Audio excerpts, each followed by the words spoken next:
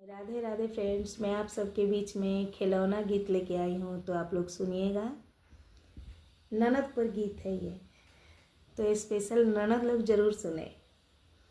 ननदो न बोलाई वे दादा, ननदो न बोलाई वे दा, ननद हई बन बैरी के लासा, ननद हई बन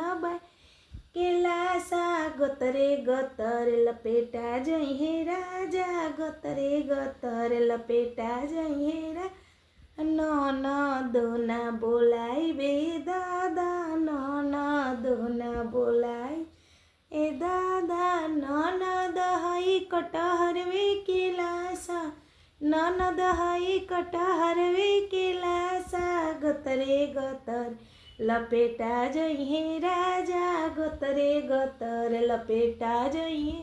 राजा, ननदो न बोलाई बे दादा, ननदो न बोलाई बे दादा।